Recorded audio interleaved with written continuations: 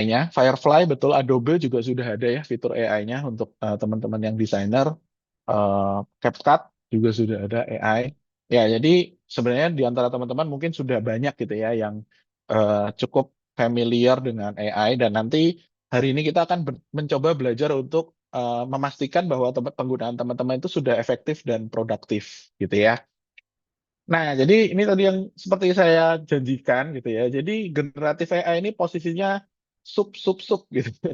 Kalau kita lihat di sini, ini jadi dari artificial intelligence masuk yang pertama ada machine learning, kemudian ada masuk lagi deep learning, baru kemudian dia masuk lagi ke generative AI. Nah, jadi apa sih bedanya kalau artificial intelligence tadi ya, tugas yang membutuhkan kecerdasan manusia gitu ya.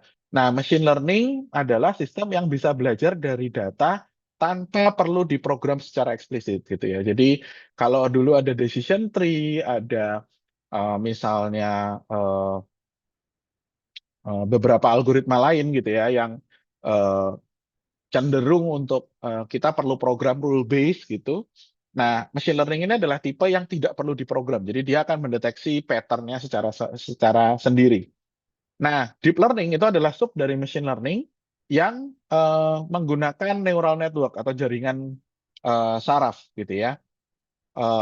Jadi kalau dilihat di sini ini sudah mirip dengan manusia, bagaimana manusia mendapatkan input dan nanti output itu di tengahnya ada jaringan sarafnya. Gitu ya. Di sini ada jaringan saraf, ada lapisan gitu ya. Nah, kemudian generatif AI adalah model yang dilatih untuk memahami data dan kemudian menghasilkan gitu ya, atau ngarang suatu hal baru, teks, gambar, musik, atau bahkan video. Nah, jadi secara gambaran taksonomi seperti ini, teman-teman.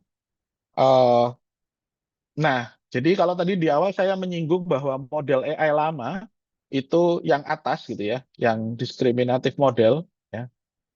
Artinya ketika kita mentraining si AI ini atau ngefit data, dia misalnya saya ngefit 1.000 eh, gambar kucing, gitu ya. Saya ngefit juga 1.000 gambar anjing, itu saya masukin nih ke sini, gitu kan?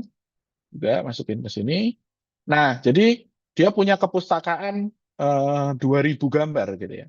Kemudian saya ngasih gambar ke 2001 di mana saya nanya, menurutmu ini anjing atau kucing gitu. Nah, kemudian dia mendeduksi, oh, dari yang saya pelajari kucing itu cenderung warnanya oranye, misalnya gitu.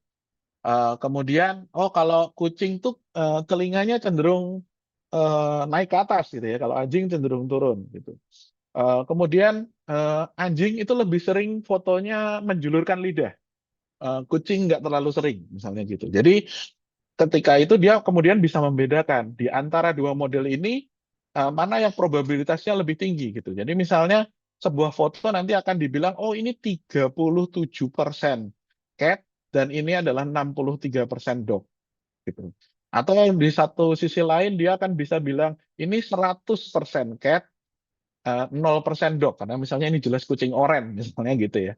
Nah, jadi diskriminatif model ini adalah model yang digunakan untuk membedakan ya objek-objek dan berdasarkan pola-pola atau berdasarkan fitur-fitur yang dikenali. Nah, bedanya dengan generatif model adalah di sini ada sekian banyak data gitu ya, berapa miliar data yang di training, kemudian dia dimasukkan, dipelajari, dan kemudian kita nanya sama dia, sepengetahuan kamu, gambarin dong seekor kucing.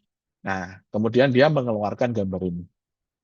Generatif AI itu seperti itu, teman-teman. Jadi persis sama polanya dengan bagaimana manusia belajar gitu kan. Kita pada saat lahir nggak tahu tuh kucing anjing kayak gimana gitu kan. Tapi dengan kita main-main, kita keluar, terus tiba-tiba suatu hari bapak atau ibu kita tiba-tiba nanya, gambarin dong kucing kayak gimana ya. Mungkin agak-agak berbentuk ya kalau di awal-awal.